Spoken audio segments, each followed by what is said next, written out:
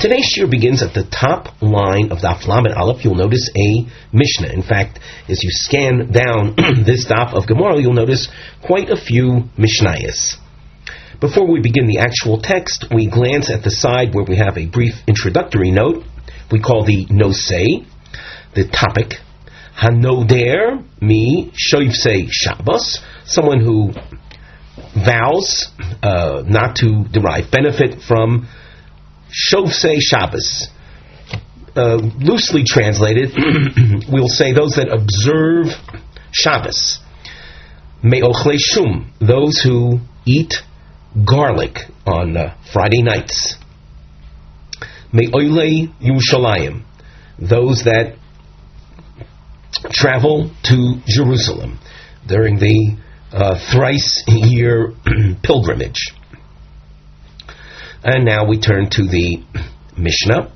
Hanoder mishovsei Shabbos, someone who vows not to benefit from Shovsei Shabbos. Now, we should have pointed out maybe a moment before, when you're dealing with Nedarim, and we've seen this numerous times, it's important to emphasize that the translation does not have that much significance.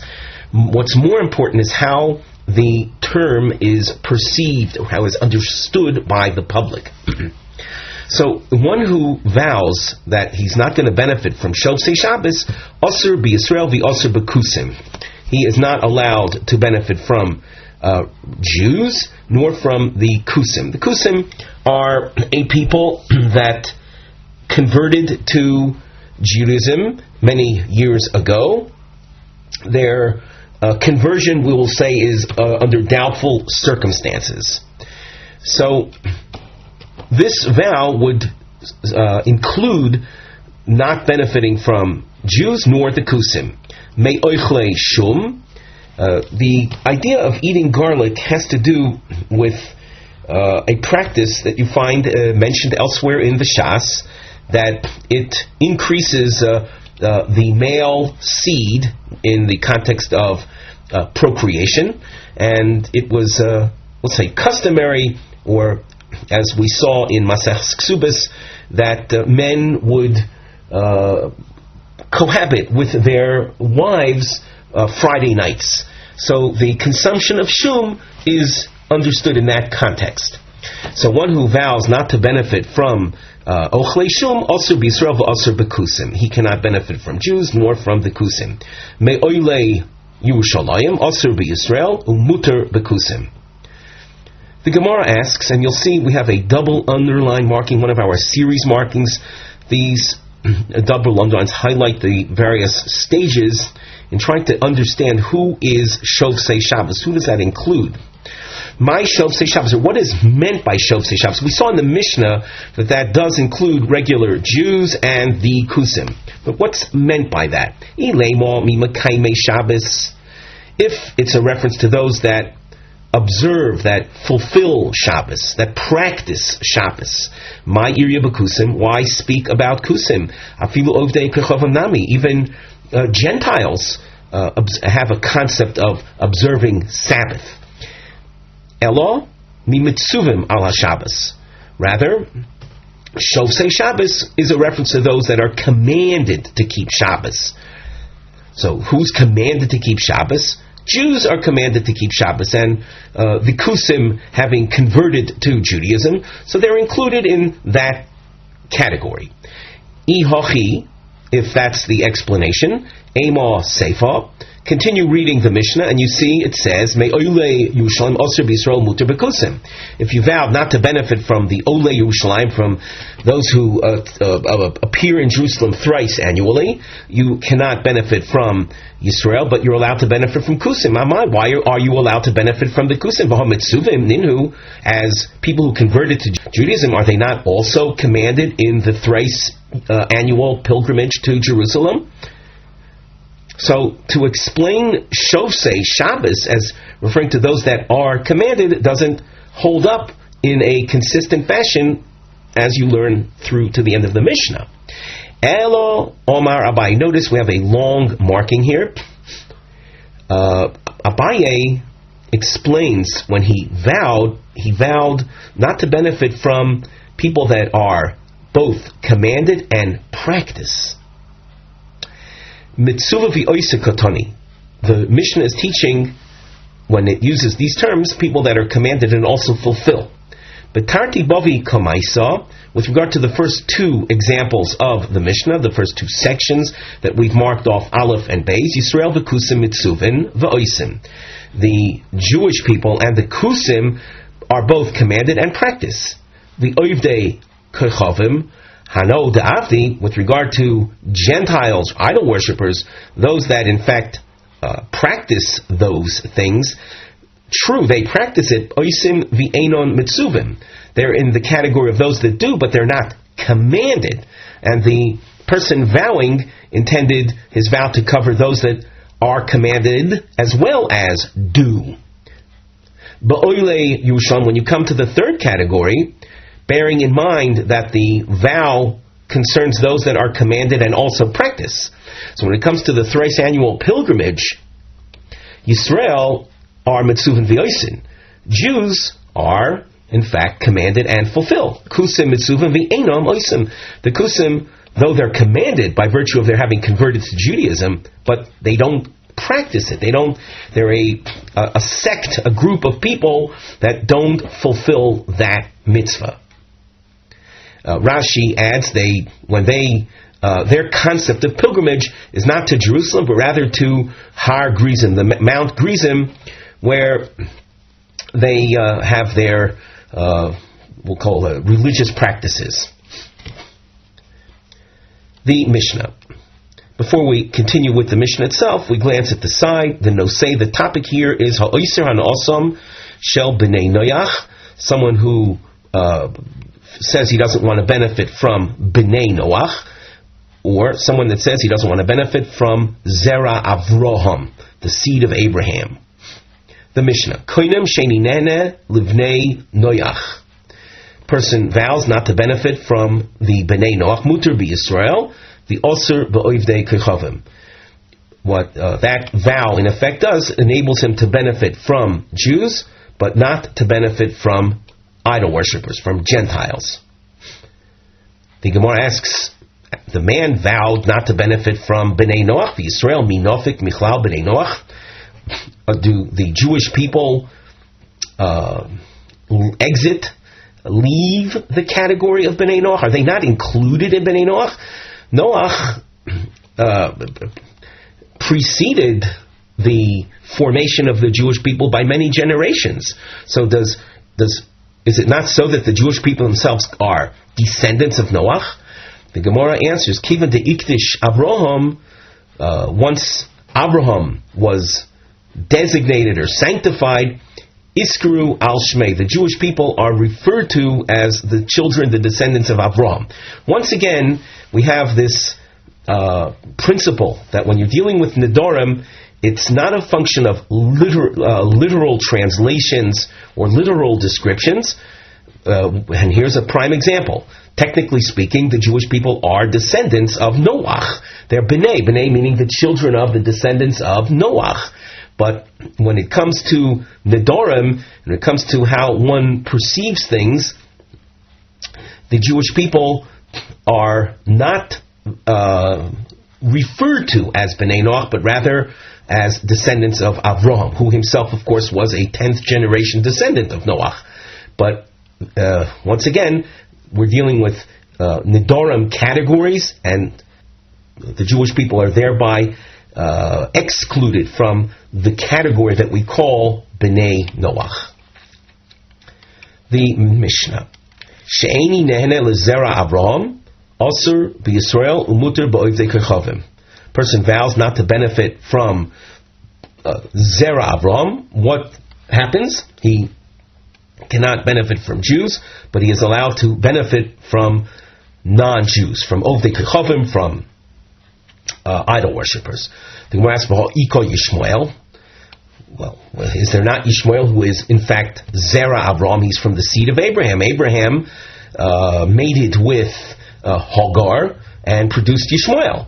So how is it that the Mishnah says that when one vows not to benefit from Zera Avram, he is in effect allowed to benefit from Yishmael?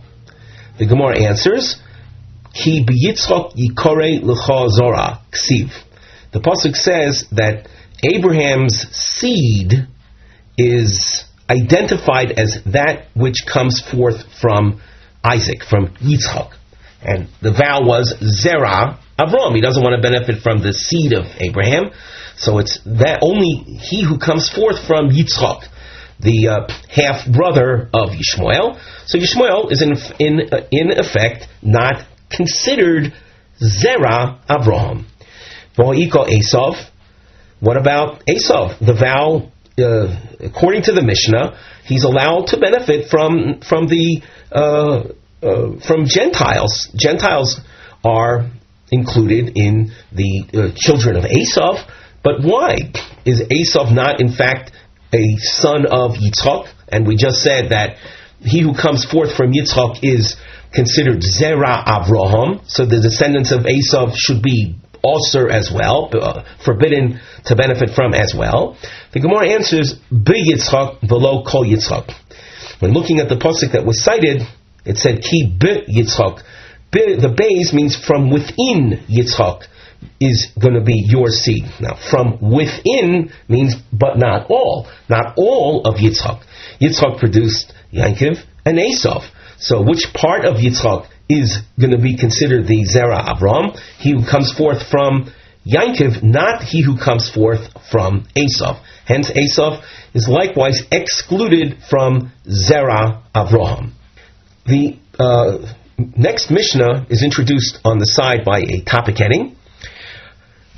We'll deal with someone who is HaOzer es atzmo milhos Yisrael, a person who imposes on himself a prohibition of benefiting from Jews.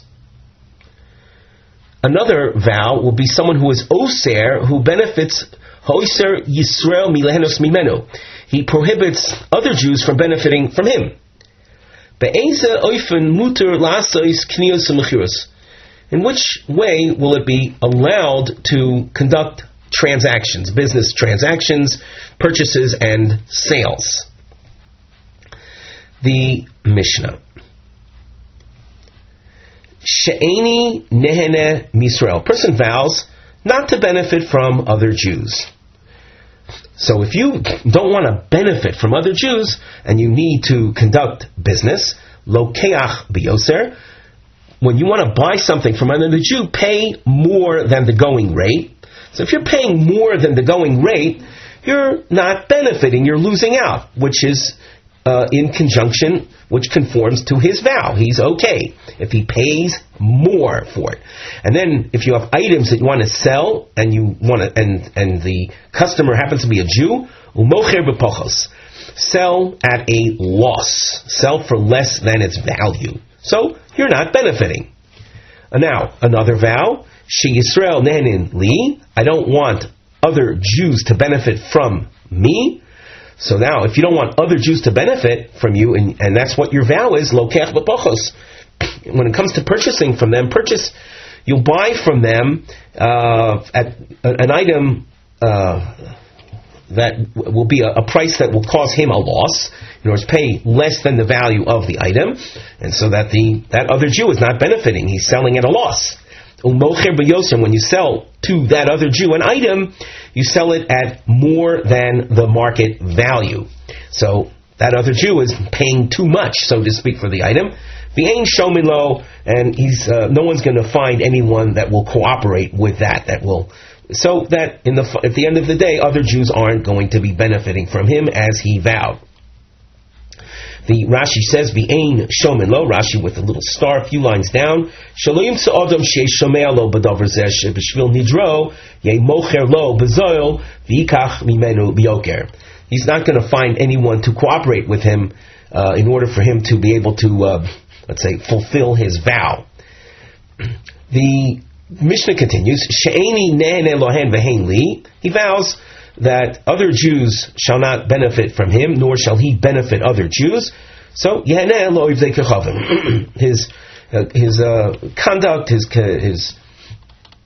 transactions will then be with Gentiles.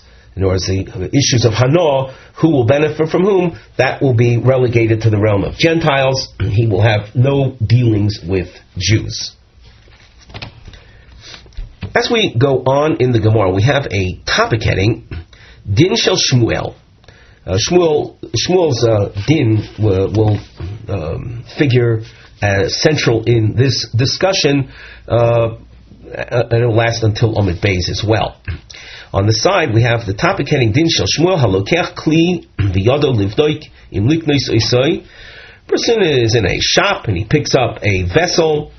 He's in the home of a seller of a vessel. He picks up the item to check it out, whether he should buy it or not. V'nenas miyodo v'nishbar, and because of circumstances beyond his control, it slipped out of his hand and broke. Now, it's not a function of negligence, but something of an onus nature. Maybe we should just a general word of responsibility. When you, for example, volunteer to watch an item belonging to someone else, we call that a shomer chinam. So if something happens to that item, it depends how what the circumstances were that led to, let's say, the loss or the destruction of the item. So in the case of a shomer chinam, if the item is lost or stolen, you, as the guard, are exempt. The only responsibility you accept on yourself is an act of negligence on your part, only in what we call pshia. Another type of shomer is called a shomer sachar, a paid bailee. He is obligated if the item is lost or stolen, and certainly if he is guilty of an act of negligence. However, if something beyond his control transpires and that results in the loss of the item, in the ruination of the item, a shomer sachar is not obligated. There's another category of even greater responsibility. That's called a shoel, someone who borrows an item. The description of a borrower essentially is someone who receives total benefit without paying for it in any way. It's basically called one-way benefit. As a result of that, he is highly responsible for it. If anything happens, even if a situation of onus, of ruination of the item that is a result of something beyond his control, he, the shoel, the borrower, is nevertheless obligated. There's a specific realm or example that a shoel, a borrower, is also exempt, but we need not mention that now. So Shmuel describes a person inspecting an article, considering its purchase, and it was ruined, it was destroyed due to onus circumstances. I'm hesitating using the expression it slipped out of his hands and broke, but if you understand the slipping out of his hands as an act of onus as opposed to negligence, so then fine. We'll say it slipped out of his hands and broke, but due to circumstances that he could not have controlled or he could not have anticipated. Halokeach chayav al ha'oinus. As we continue reading the note on the side, we see that the customer is guilty. He has to pay for that. Almo loikeach nechshav. Therefore, we can say that the purchaser is considered kol hano shelo, someone who is, as we said before with regard to the shoel, the borrower, that all the pleasure is his. In other words, it's one way he experiences the benefit and without expending any payment or services in return. V'lachein chayav gam ba'oinsin, and therefore he is guilty for oinus as well, for those circumstances that led to the destruction even beyond his control. And that's how we describe the shoel as well. Kol hano'ah shelo. Now we turn to the Gemara. Omar Shmuel. Halokech kli min ha'uman levakroi. Person picks up a vessel from an artisan, a craftsman, to check it out. Is it worth the money that I'm going to pay for it, or is it nice? Is it something that I would buy and then conclude a purchase over it, or not? And then I'll just put it back in its place. V'nenas biyado, and it slipped out of his hands and broke. Chayav, he has to pay for it.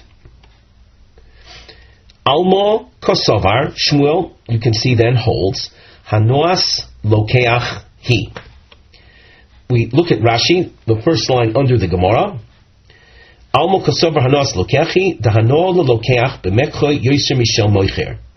When you look at a customer and a seller, the customer, the purchaser, is considered benefiting more. Hilko chayav. Therefore, he is chayav. That in the net, let's say, balance of things or measure of things, the purchaser is considered the net beneficiary, and therefore he's chayav. The gomar umakni nafshe. The customer resolves and accepts responsibility and obligation by hiano in exchange for the pleasure, for the benefit shamanichoi levakroi velo havi kenose sochar. The customer will is so thrilled that he's able to pick up the vessel to check it out that he willingly gives of himself. He willingly obligates himself to care for the item under all circumstances, and he's not viewed as a no-say socher. No-say socher is what we described earlier as the paid bailee. The paid bailee, we explained before, is someone that is obligated for Geneva and Aveda, but not obligated for Oines. And as a result of this willingness on the part of the customer in exchange for the pleasure that he gets in picking up the vessel and investigating and inspecting it, he binds himself, he obligates himself to compensate even under ones circumstances. So the conclusion of the Gemara as far as Shmuel is concerned, hanoas lokeach hi. Now with that principle in mind, we analyze it with information that we saw in the Mishnah. Tanan. She'eni nehenem Yisrael. A person vowed not to benefit from fellow Jews. Mocher bepachos. He has to sell at a loss. If you sell at a loss, so then you're conforming to your vow. Avol, shava b'shava lo. But at market value, at equal value, at fair value, that would be Ozer. Now, v'i hanoas lokeachi, if in a purchase situation, in a sale situation, the lokeach, the purchaser, is considered the net beneficiary, as Shmuel indicated, afilu shava b'shava. In the case of this vow, the seller should have been allowed to sell it at market value, because who's the beneficiary? Not the seller. The lokeach is the beneficiary. What was the vow? The owner, the seller said, I don't want to benefit from Yisrael. So as a seller, even if he sells it at market value, he's not considered the beneficiary. So if he's not considered the beneficiary, why can't he sell it at market value? Why does he have to sell it at a loss? The Gemara answers, and we have a marking which is explained on the side under the Mivneh. These are nisyonos. These diamonds represent nisyonos lahamid as HaMishnah b'mikre mesuyam. Attempts to set up the Mishnah under a specific circumstance. Or we want to set up the Mishnah under some consistent circumstance. So, what's the Mishnah talking about? Masnisin. The Mishnah that says that the seller, the one who made the vow, has to sell at a loss in order to conform to the vow is Bizvino de Rami ala Pei. It's an article that's not worth its market value. It's a poor quality item. The literal translation of this expression is of no relevance. So we're just going to explain that you're dealing with an item that's very bad quality. It's a highly depreciated item. It's not something for which there's very little demand. That's probably the best way to look at it. An item that any owner of it would be only too happy to get rid of it. So if someone is selling an item that has a very poor quality, if he gets its actual value, that seller is happy. He's happy he unloaded it. Therefore, selling it shava b'shava would be a violation of the vow, and therefore, in order to conform to the vow, he would have to sell this very undesirable item at an absolute loss. Okay, so the Mishnah is explained so far as dealing with Zvina de Rami ala Pei, poor quality item. In Kenemo Resha, well, if that be the case, we have to now explain the earlier comment. We just explained the comment that's in Mocher B'Pachos, but preceding that in the Mishnah, it said Lokeach B'Yoser. Someone had vowed not to benefit from others. The Mishnah says, if that's your vow, so you have to pay more than the going rate for the item. But if you're dealing with an item that is Rami Alape, very poor quality, why does in order to conform to the vow, you have to pay more for it? Even if you pay its actual value, it's not generally speaking worth your while. You're paying a market value of something that is of very poor quality. So you're not you wouldn't be in violation of your vow. So why is it you have to pay more for it? And furthermore, state the continuation of the Mishnah. In the Mishnah, it said, Yisrael Nanili, person vowed that he doesn't want other Jews to benefit from him. So, Lokeach b'Pachos, u'mocher b'Yoser. Here we're going to focus on the mocher b'Yoser for the time being. If you don't want other Jews to benefit from you, so you'd have to sell at more than the market value. In other words, then they're paying more for something, they're not benefiting. V'yi b'zvina de Rami alape, if you're dealing with some really undesirable item, highly depreciated, poor quality, no demand item, so afilu shave b'shave, the mocher in this case should be able to sell it at its equal value, at its market value. Why does he have to sell it for more? If some other Yisrael is going to pay shava b'shava for a zvina de Rami Ape, so that other Jew isn't going to be benefiting from the seller, and that would be conforming to the vow. The Gemara responds, Seifa bizvino charifa. This last section of the Mishnah is talking about an item that's quite the opposite. There's a high demand for it. Zvino charifa would be an item just the opposite of zvina de Rami Ape, an item for which there's high demand.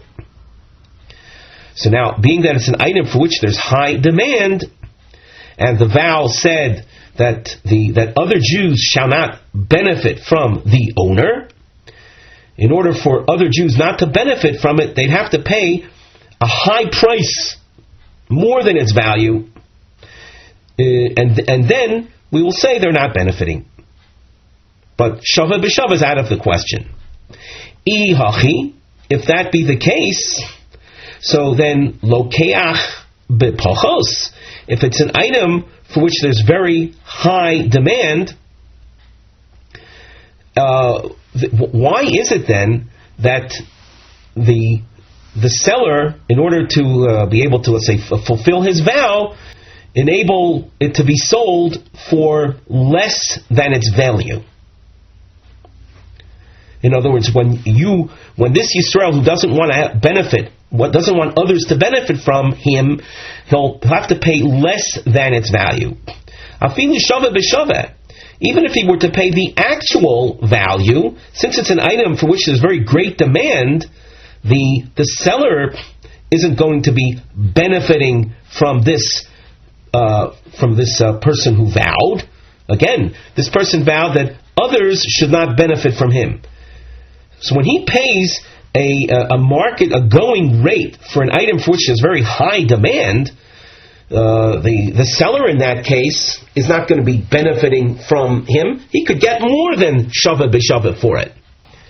So using the analysis of Zvino Charifa to explain the Seifa doesn't hold up.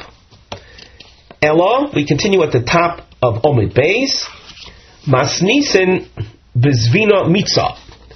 The Mishnah is talking about an average type article that's being sold, bought or sold. It's not Charifa, and it's not Romi Al Ape. The Rashi at the top, Masnisa Bezvino Mitzah. Mitzah is from the word Emtza, middle, average quality thing, average demand item. To lo havi zvino Charifa, velo zvino de Romi Al Ape. Lefikach shave b'shave lo. Therefore, paying the equal value, the market value of it is not allowed. The zimnin havi hanuas mocher, the zimnin havi hanuas lokeach. Sometimes, in a case like that, the seller is benefiting, and sometimes the purchaser is benefiting, and we're dealing with someone who had vowed that either others shouldn't benefit from him, or he should not benefit from others.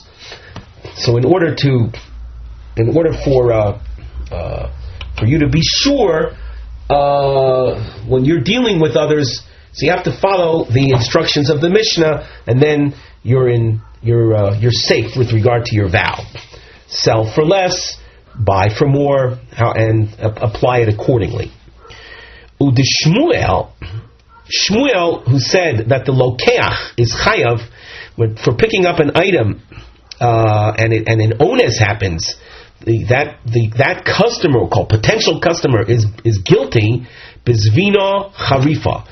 That was reference to an item for which there's very great demand, and as a result of that, he feels a sense of privilege or pleasure that he's able to investigate it, to inspect it for purchase. And if something happens at that point, so in other words, if something happens pre-purchase, it will say in anticipation of the purchase, he's chayav for oinus. Now I emphasize we'll say the enjoyment from the vessel in anticipation of a possible transaction. At that point, he obligates himself to the highest level of obligation to even compensate in the case of onus. Tanyo Kavose de Shmuel, and a Tanaic source supports Shmuel's approach. Halokeach Kelim min Tagor, someone who let's say takes vessels. I'm hesitating using the word purchase, because as we go on in the source, you'll see that that's only part of the story. He takes vessels from a merchant with the intention of l'shagron lebeis chomiv, to send these to his father-in-law's house, to send a gift to his father-in-law. The Omar Lo, and we'll call the potential customer, says to the merchant, Im mekablin oison mimeni ani noisei loch demehem. If the family if my father-in-law accepts, we'll say, the gift that I'm sending to him, then I'll pay you for it. The imlav, if they don't accept it, they send it back. They don't need it. They don't want it. Whatever. Ani noisei loch lefi toivas hanosh shebohen. I'll pay you something. I'll pay you what's called a fraction of the value. The fraction of that is called tovas hana. Literally, it's a certain amount that reflects the temporary benefit that he had from having we'll call it the opportunity to present them with a gift. After all, when the family sees that he wanted to send them a gift, they feel a certain sense of indebtedness, and that value, the value that you gain by their feeling indebtedness to you, we call that toivas hana. So it's a fraction of the value of the item. And what happens? Ne'ensu. The article, the kli, got destroyed under ones circumstances. At what point, though? Behalicha chayav. In the direction to the father-in-law's house, which is similar to what we described before the potential transaction, before the potential purchase. After all, he said that if they accept the gift, so I'll pay you for it. So that's halicha. That's before the actual purchase would have taken place. Something happened to the article. It got destroyed under ones circumstances. So this fellow, this son-in-law, is chayav to compensate, to pay the tagar, the merchant. B'chazora poter mitnei shu kenosei sachar. On the way back, when the father-in-law decided not to accept the item, so at that point the customer he's not a customer anymore.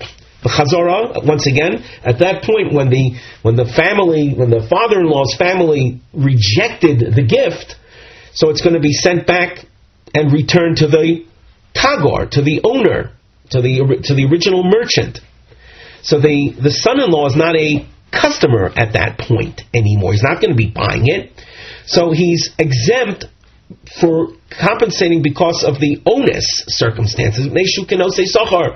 At that point, he is considered a paid bailee, a person that we described in our introduction as someone who willingly watches an item in exchange for pleasure, for pay, or other benefit. And here, the son-in-law did get benefit in the sense that the family saw that he was interested in giving them a gift, but he is he's obligated no more than a nosei socher would be. And a nosei socher, as we said, is exempt if something happens under ones circumstances. So from this source, this is a Tanaic source that supports Shmuel, that when you're considered a purchaser whose net benefit is greater than the seller, and it's something happens to the item before the transaction, even if it's an ones circumstance, you nevertheless are chayav to compensate for it. Hahu safsiro de shokal chamra lizvuni v'lo izvan. There was a safsiro is a merchant or a middleman. He's someone that buys he acquires items from a producer in anticipation of selling it at to a retailer or to the general public. We can call him a middleman or an agent. So this middleman or safsiro, this merchant, he took a donkey from a donkey raiser to sell, and he wasn't successful in selling it. Bahadi the hodar isnis chamra. On his way back, on his way to return it to the donkey owner, the original owner, the donkey died under ones circumstances. Chayvei Rav Nachman l'shlumi. Rav Nachman said, you are obligated to pay, even though it's an ones circumstance, and it's on your way back from the attempted sale. You're chayav to pay. Eisvei Rava, the Rav Nachman. Rava raises an objection to Rav Nachman's ruling. We saw in the source just a few lines up, Ne'ensu behalicha chayav b'chazara poter.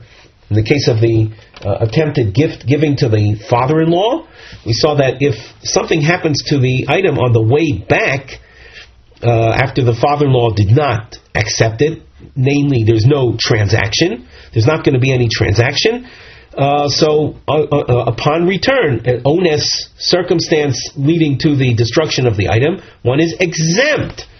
So we have underlined key expressions. Rav Nachman's ruling was upon return, in the case of the donkey sale or lack thereof, upon return it died under ones circumstances. You're obligated to pay. The Tanaic source says that under a return plus ones circumstances, you're exempt from paying. Omar Lei, Rav Nachman answers a simple or clear distinction. Chazora de safsira hoilochahi, the return of the agent in the case of the donkey is not really a return. He's still on his way to sell it. What do we mean by that? The ilu mashkach lizvuni, if the safsira, the agent, would find a customer on his way back to the original donkey owner, afilu above the base, even at the threshold of the door of the owner, the agent finds someone interested in buying a donkey. Milo Masman, like, would he not sell it to that customer? So that you don't have a situation that we can describe in halachic terms as chazora, as return from. And as a result, the safsira is always considered on his way to sell until he actually gives it back to the original owner. And that's why he's, in conforming to Shmuel's principle, the lokeach is considered the net beneficiary, and as a result obligates himself even to the tune of ones obligation. The Mishnah. We introduced this with a topic heading under the nosei heading on the side, Arlus ubris milah. We're going to deal with terms, and here you're going to see how, to what extreme we take the concept of Nedarim, which, as we said before, does not reflect the actual translation, but the way things are understood or perceived. Arlus is an uncircumcised male. That's the situation of an uncircumcised male, and bris milah represents circumcision. Koinim, the Mishnah says, Koinim is an expression of a vow. She'ani nene la'arelim. He vows not to benefit from the arelim, from the uncircumcised. Muter ba'ar Yisrael v'oser b'mulei oivdei kechavim. Who is he vowing not to benefit from? From arelim. He's allowed to benefit from uncircumcised Jews, and he's not allowed to benefit from circumcised Gentiles. So that, physically speaking, someone might have the foreskin removed from their male organ, but that doesn't enable him to leave the category of an orel. Likewise, shaninen elemulim, a person forswears benefiting from the circumcised. Osir ba'ar Yisrael, he cannot benefit from uncircumcised Jews. But now, what was his vow? Not to benefit from the circumcised. So in vow terms, what that really means is he's not going to benefit from Jews.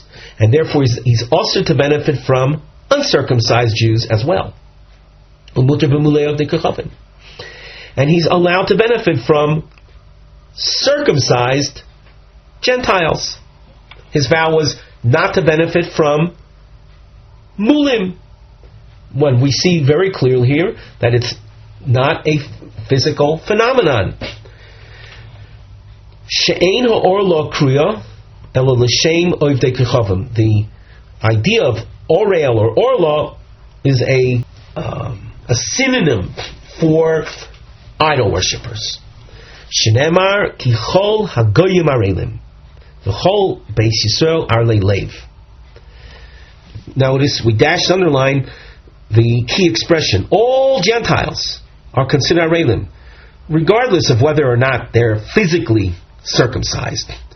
The Omer, another pasuk that illustrates this, V'aya plishti ha'orel hazeh. The plishti is an orel, non-Jew. The Omer, pen tisamachna b'nois plishtim, pen ta'aloizna b'nois ha'arelim. And in this pasuk also, there is reference to Gentiles, and they are called benos, the daughters of the arelim.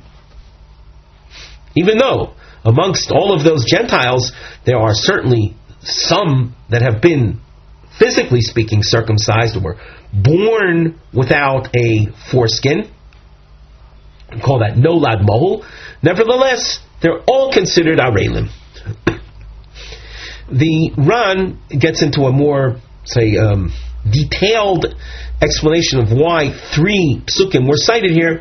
We leave that to you to investigate. But for our purposes, you have 3 psukim featuring arlus in the context of the Gentiles, the goyim. They're described as arelim. Rebbe Ozer ben Azariah oimer meusa hi ha'orla shenizganu ba rishoyim. The orla, the foreskin, is considered a source of disgust, as we see the wicked are described using the term Shenemar kikol hagoyim arelim. All of the idol worshippers, the wicked peoples of the world, are called arelim. You see a double underline, which introduces a series of names that feature comments in praise of the milah, in praise of circumcision, the mitzvah of circumcision, and we have a note on the side under the mivneh heading indicating that this triangle series marking will continue till Lamed Beis Amud Aleph, so that if you have Lamed Beis Amud Aleph available, you can take a bird's eye view ahead of the Gemara, and you'll see more of these on Lamed Beis Amud Aleph.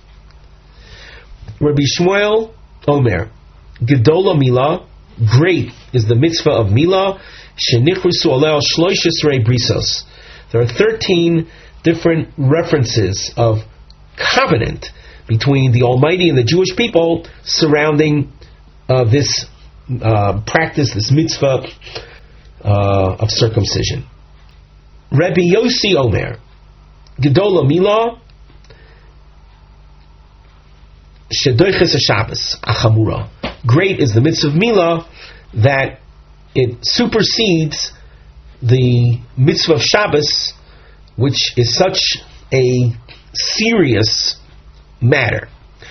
Generally speaking, on Shabbos, it's strictly forbidden to cause any bodily blood flow, to create an incision that would lead to blood flow.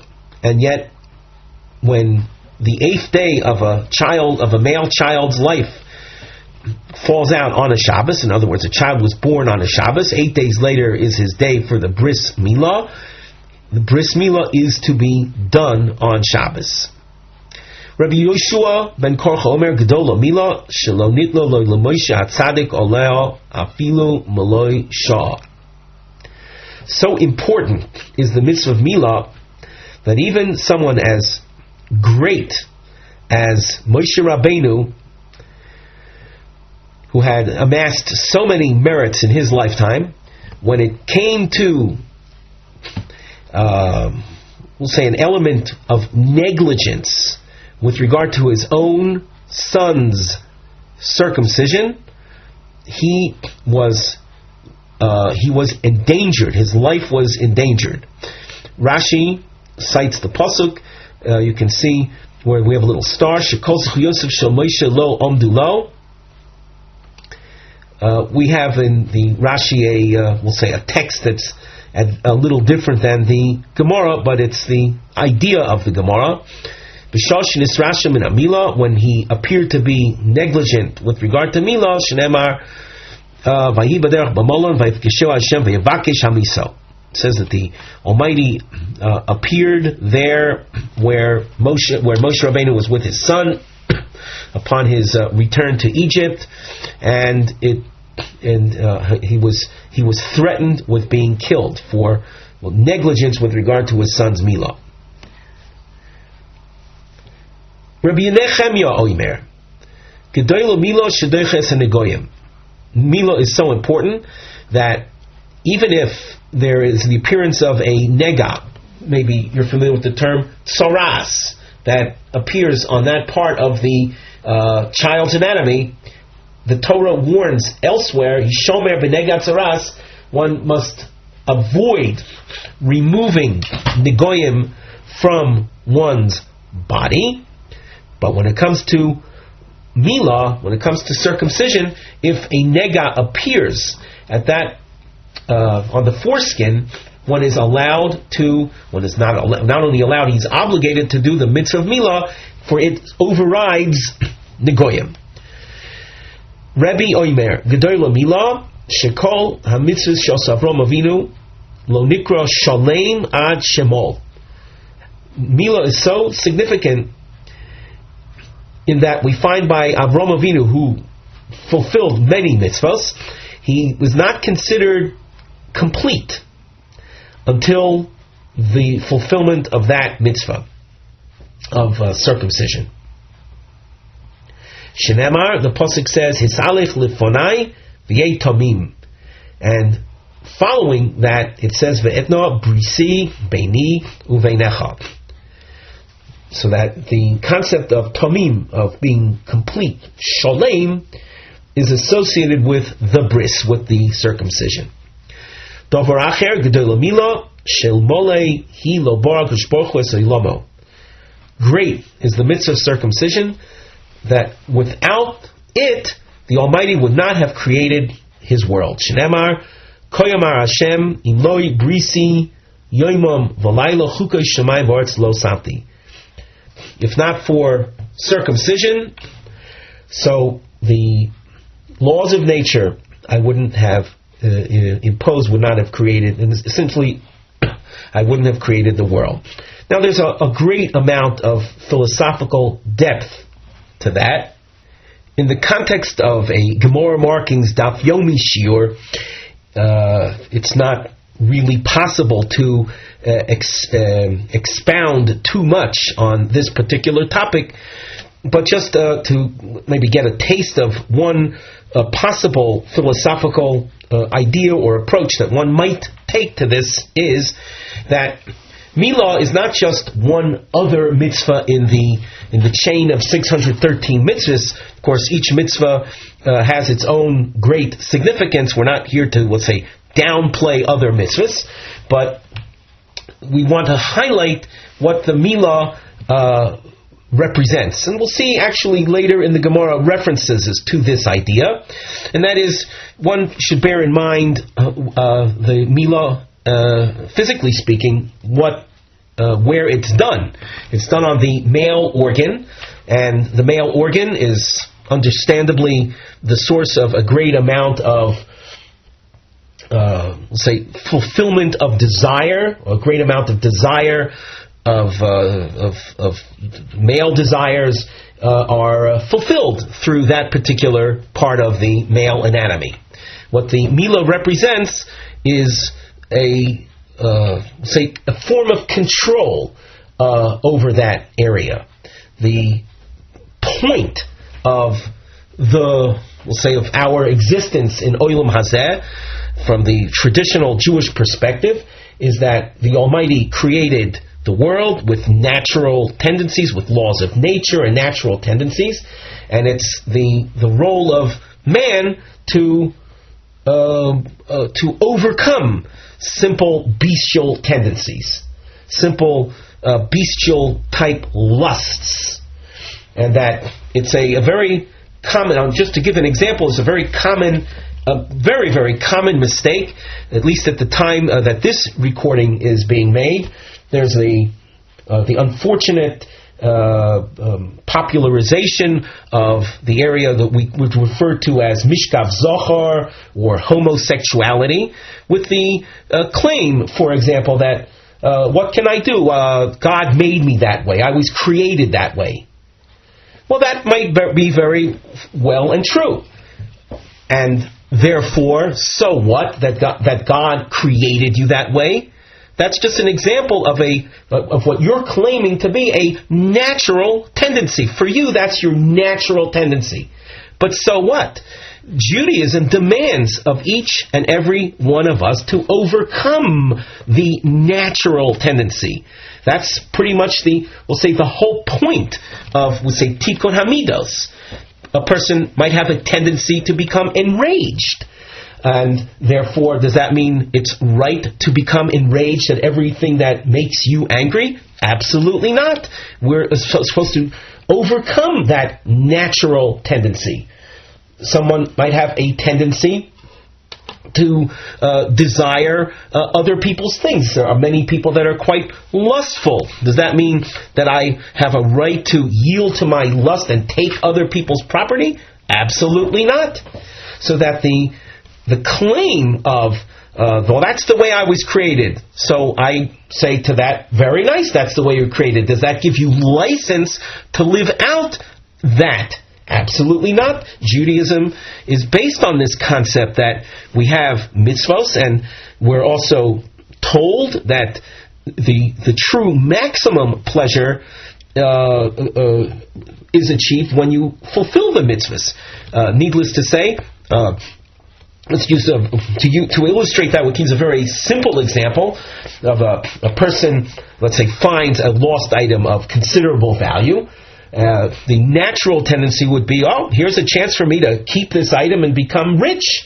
But yet the Torah demands that one shall return. If he can identify the owner, if it's an item that can be returned, you have to return the item.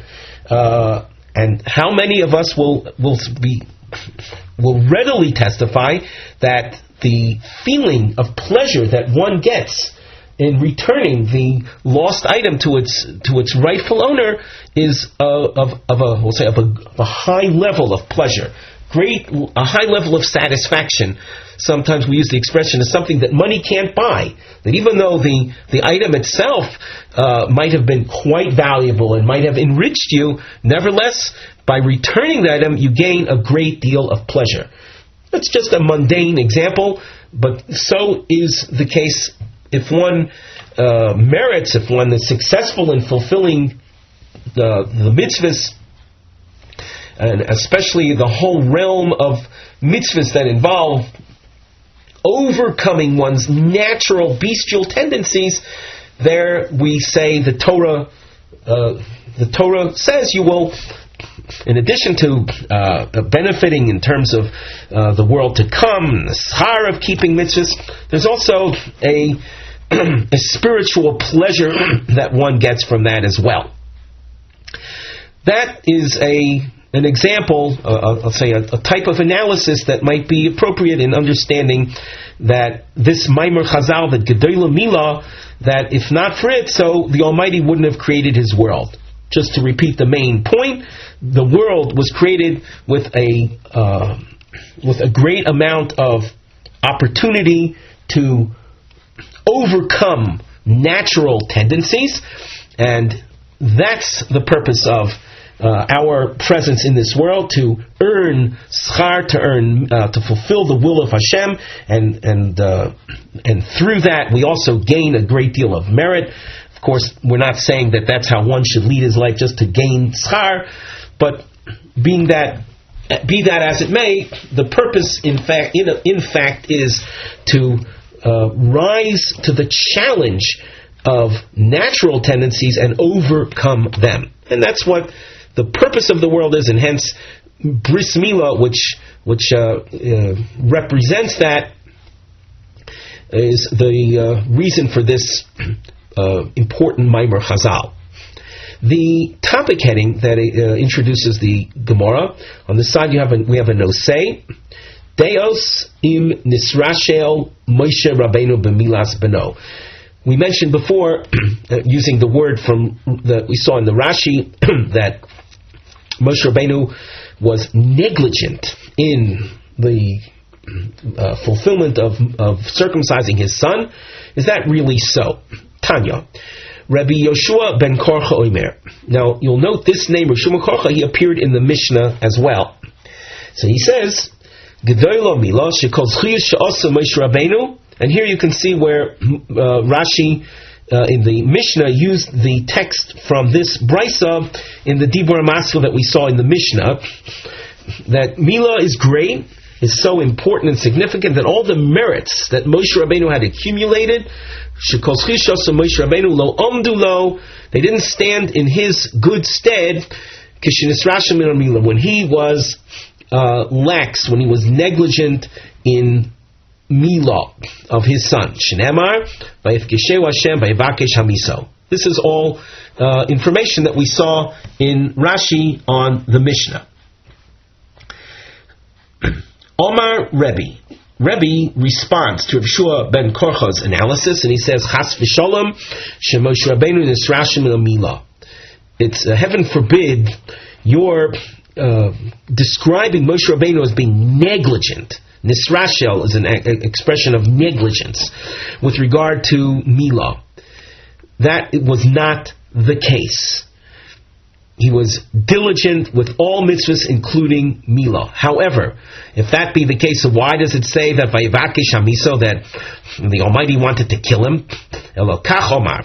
And we'll see that Moshe Rabbeinu was being judged on a very, very high standard. What were Moshe Rabbeinu's considerations?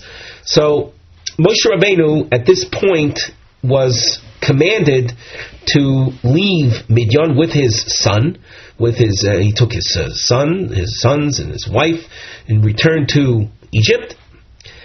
So he said, he calculated, Emol v'etzei, should I circumcise him and then go on the road? Sakonahi, that would be life-threatening. Without getting into the details of this pasuk, but we see that soon after circumcision there is a great amount of pain, and it could be life-threatening if one right after circumcision goes on an arduous journey, as Moshe Rabbeinu had to do, traveling from Midyan back to Mitzrayim. Emoil ve'esha shlosh yomim. Maybe I should circumcise him and then wait 3 days for the critical time period to pass, and then go on the journey. That I can't do either. HaKadosh Baruch Hu Omar li lech shuv Mitzrayim. The Almighty said to go to Mitzrayim now. Elo mitnei manei nash Moshe. If Moshe Rabbeinu didn't circumcise his son immediately, so why was he subjected to a punishment? The Gemara answers, and we continue at the top of Lamed Beis Amud Aleph. Pnei shnisasek b'moloin tchila. Molon is an inn. Moshe Rabbeinu had in fact journeyed from Midyan to Mitzrayim and reached the point that he was very close to his destination. At that point, the danger of traveling, the danger of a, let's say, newly circumcised infant, the danger posed to a newly circumcised infant no longer applied. So he reached that point, the malon, the point of the inn, and he he tended to, we'll call the motel arrangements before circumcising the child.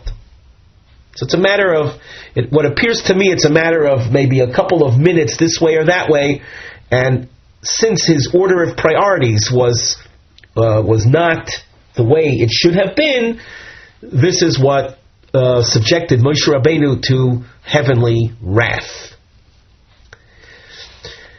Shenemar, the pasuk says, "Vahi baderech b'malon." The incident involving Moshe Rabbeinu and the need to circumcise his son took place at the malon, at that inn. Reb Shimon ben Gamliel Omer, Loi Moshe Rabbeinu bikesh sotan laharog.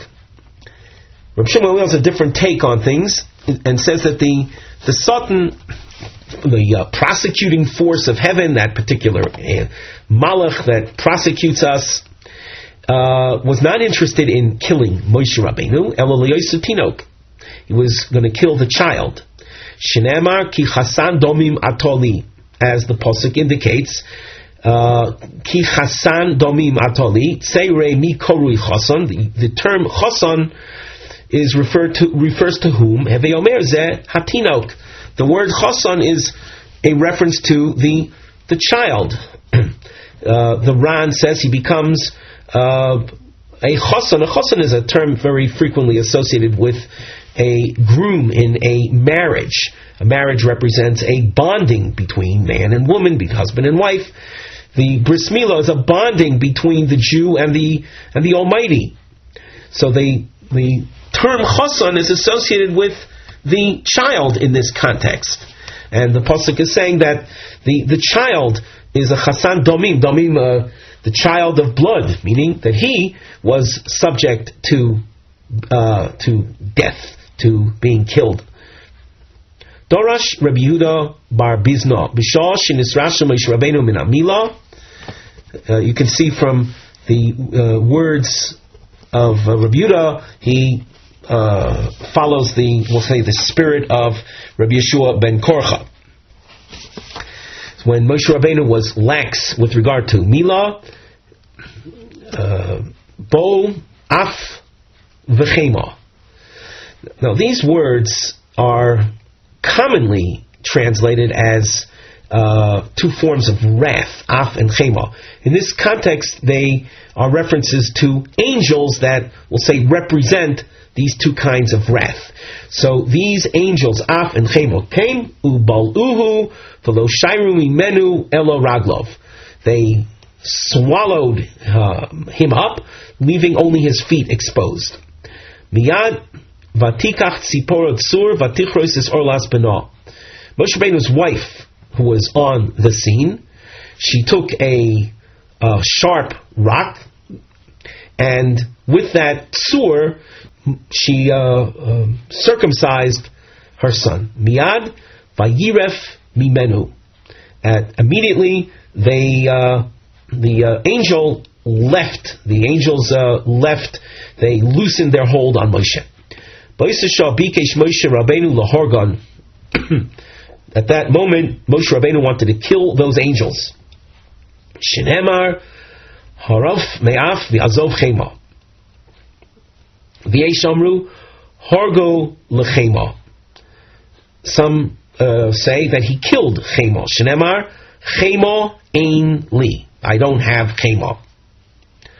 V'oksiv, but does it not say ki yogorti mipnei ho'af v'hachema, that I was fearful of af and chema? So how can the opinion in the source say that he killed chema? Answer number one: Trey chema havu. There are two angels that are called chema, and one of them he killed. V'boy sema gunda the chema. Another approach is that it's a reference to Gunda, the Chema. Rashi, on the upper part of the page, fourth line from the top, says, Chel Shalo, the entourage that accompanies that angel, is what he was afraid of. Aval iu gufe neherag. But the angel himself, called Chema, he did successfully eliminate. These are very, very esoteric points. We've mentioned many times in the past regarding our Gemara markings, Daf Yomi shiurim, that from time to time we encounter esoteric appearing Gemaras. It's beyond the realm of Gemara markings to delve into these kind of areas, so we recommend anyone who is interested to certainly pursue these things further. With that, we conclude our shiur for today.